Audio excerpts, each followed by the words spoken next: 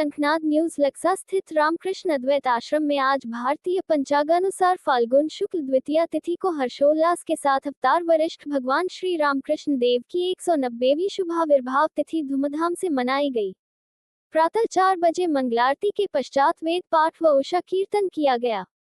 प्रातः 6 बजे से स्वामी अलोकानंद जी के द्वारा विशेष पूजा, अभिषेक व हवन हुआ। स्वामी धरणीधरानंद जी के द्वारा श्री रामकृष्ण कथा सरोवर पर संगीतमय प्रिया आरती के पश्चात सामूहिक कीर्तन हुआ।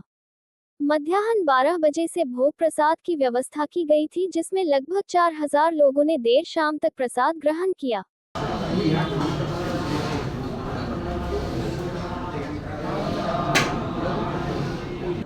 मैं स्वामी विश्वात्मानंद रामकृष्ण अद्वैत आश्रम वाराणसी के अध्यक्ष आज भगवान श्री रामकृष्ण की 190वीं आविर्भाव तिथि है।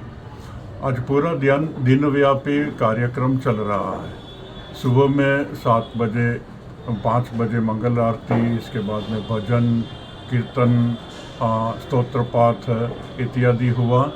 फिर इसके बाद में 9 बजे से लीला गीति, रामकृष्ण का 108 नाम कीर्तन, ये सब अभी तक चल रहा था। अभी यहाँ भक्त लोग प्रसाद खिचड़ी का ले रहे हैं।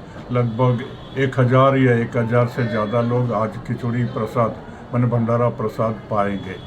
आज हम लोग पूरे वाराणसी के आश्रमों से साधुओं को यहाँ निमंत्रण दिया था भंडारा के लिए।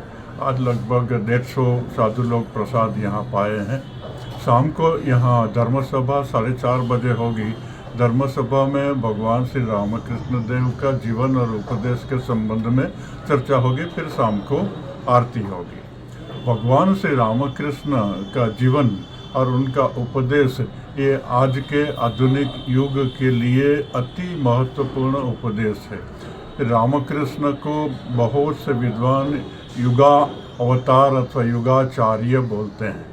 आज के युग के लिए जिस संदेश की आवश्यकता है वह संदेश श्री रामकृष्ण के जीवन में मूर्तिमंत रूप में हम पाते हैं।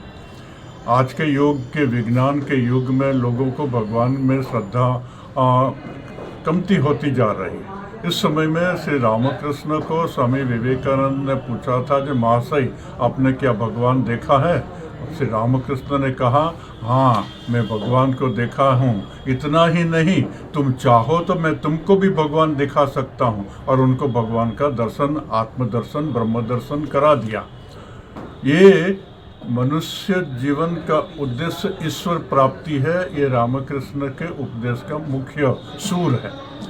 उस ईश्वर की प्राप्ति के लिए सब धर्म की साधना के द्वारा वहाँ पाया जा सकता है।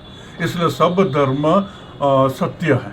प्रत्येक धर्म वही एक ही सच्चिदानंद ईश्वर के पास में साधक को पहुंचा देता है। पथ अलग अलग है मगर ध्येय एक है। एकम सत विप्रा बहुधा वदंती।